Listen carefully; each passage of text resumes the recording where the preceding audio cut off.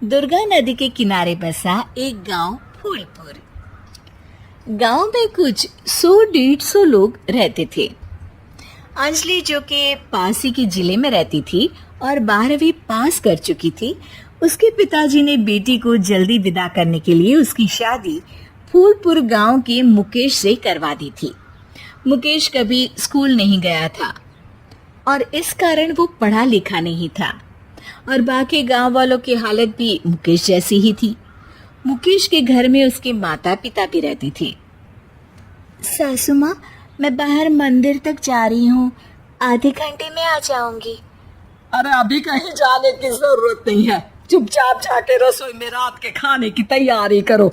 और ये घूंघट क्यों हटा लिया है तुमने? क्या पता नहीं कि इस गांव में औरतें बिना घूंघट के नहीं रहती। रात में अंजलि छत पर जाकर अपनी मम्मी से बात कर रही होती है। तभी गांव की 3-4 औरतें उसे देख लेती है और दरवाजे पर आकर उसकी सास से शिकायत करने लगती है। और क्या हुआ? अरे छत पे तो देखो, आपकी बहू मटक मटक के किसी से फोन पर बात कर रही है। दिन भर फोन पे लगी रहती है। अरे कल तो मंदिर के पास वो क्या कहते हैं, सेल्फी ला रही थी। शहर की बहू रखना अच्छा शान की बात है, पर देखना इसके लक्षण से ये तो तुम्हारे परिवार को बदनाम ना कर दे। ये पहली बार नहीं था जब सास से गांव के लोगों ने अंजलि की बुराई या शिकायत नहीं की हो। अब तो ये रोज की बात थी। अंजलि ये सब सुन लेती है। जब वो नीचे जाती है तो मुकेश भी वहां आ जाता है। सास कहती है, बेटा, लोग घर आकर शिकायत करने लगे हैं बहू के कामों की, देख लो। पति हो, संयम से रखो इसे। माँ जी, मैं तो अपनी माँ से बात कर रही थी क्योंकि यहाँ कोई बात करने लायक ही नहीं है और अब मैं माँ के पास ही रहूंगी। वहाँ क्या रहना, वहाँ बाहर के लोग तो ठीक है पर घर के लोग भी इज्जत ना दे सके। अरे नहीं नहीं अंजलि, ऐसा नहीं है, धीरे धीरे सब ठीक हो जाएगा, तुम फिक्र ना करो। अरे बस कुछ बोलना ही नहीं है, सर पे चढ़ा रखा है बहू को। सास मुकेश की नरम बात सुन के वहां से मुंह चढ़ाकर चली जाती है। मैं तो कहती हूँ हम दोनों शहर चले जाते हैं। मैं पढ़ी लिखी हूँ, मुझे वहाँ नौकरी भी मिल जाएगी और थोड़े दिनों में आप भी वहाँ कुछ काम ढूंढ लेना। अरे नहीं नहीं अंजलि, हम यहाँ ना गांव का खेत, माँ पिताजी को छोड़कर शहर नहीं जा सकते। माँ पिताजी को कैसा लगेगा और गांव वाले क्या सोचेंगे? ये कहकर मुकेश सोने चला जाता है और अंजलि की गांव वालों द्वारा बुराई का सिलसिला बहुत दिनों तक चलता ही रहता है। लेकिन अंजलि गुस्सा ना दिखाते हुए समझदारी से काम लेती है। बारिश का मौसम चालू हो जाता है। जोरदार बारिश से पूरे गांव में हाहाकार मच जाता है। दुर्गा नदी में बाढ़ आ जाती है और बाढ़ का पानी पूरे गांव की फसल तबाह कर देता है। फसल की ये हालत देखकर गांव वाले निराश हो जाते हैं और बात तो यहाँ तक पहुँच जाती है कि कुछ लोग तो अंजलि को इस सब का दोषी ठहरा देते हैं। अरे पूरी फसल तबाह हो गई, पता नहीं किसकी नजर लग गई है।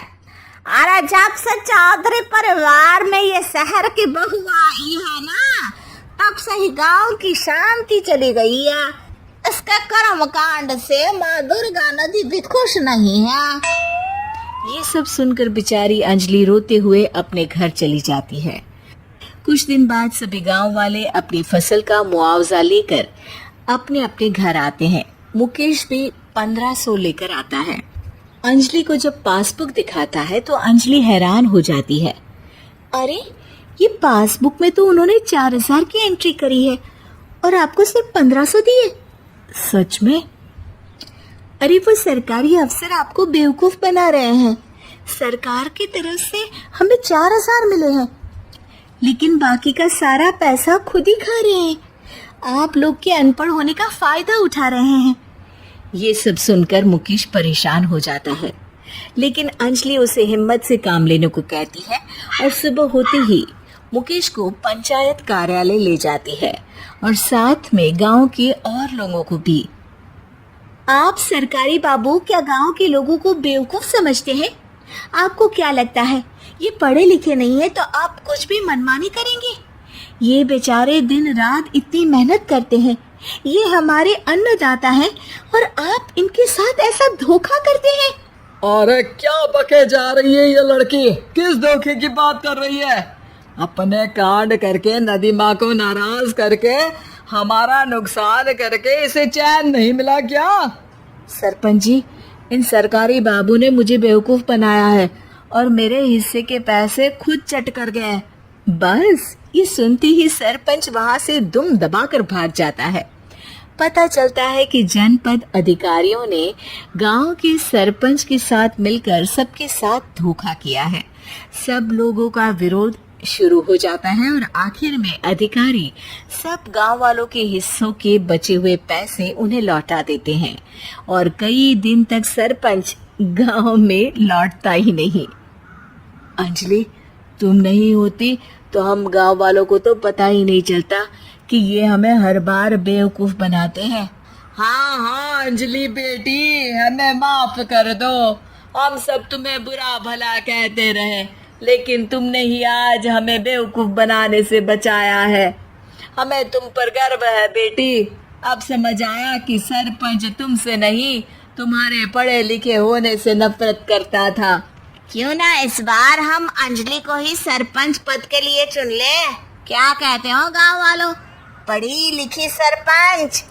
बस पूरा गांव अंजलि के लिए ताली बजाता है और अंजलि की सास उसे खुशी से गले लगा लेती है।